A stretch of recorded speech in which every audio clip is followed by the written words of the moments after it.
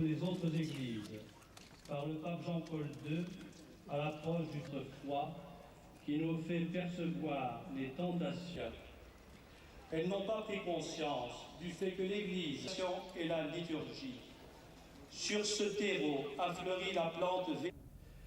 Aujourd'hui, nous confessons que ce silence fut une faute. Nous reconnaissons aussi que l'Église en France a alors failli à sa mission d'éducatrice des consciences et qu'ainsi elle porte, avec le peuple chrétien, la responsabilité de n'avoir pas porté secours dès les premiers instants, quand la protestation et la protection étaient possibles et nécessaires, même si par la suite il y eut d'innombrables actes de courage.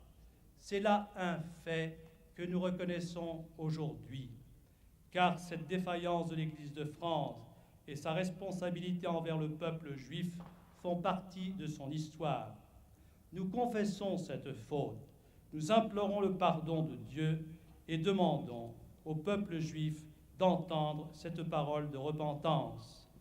Cet acte de mémoire nous appelle à une vigilance accrue en faveur de l'homme dans le présent et pour l'avenir. Dans le processus qui, étape par étape, a mené les Juifs vivant en France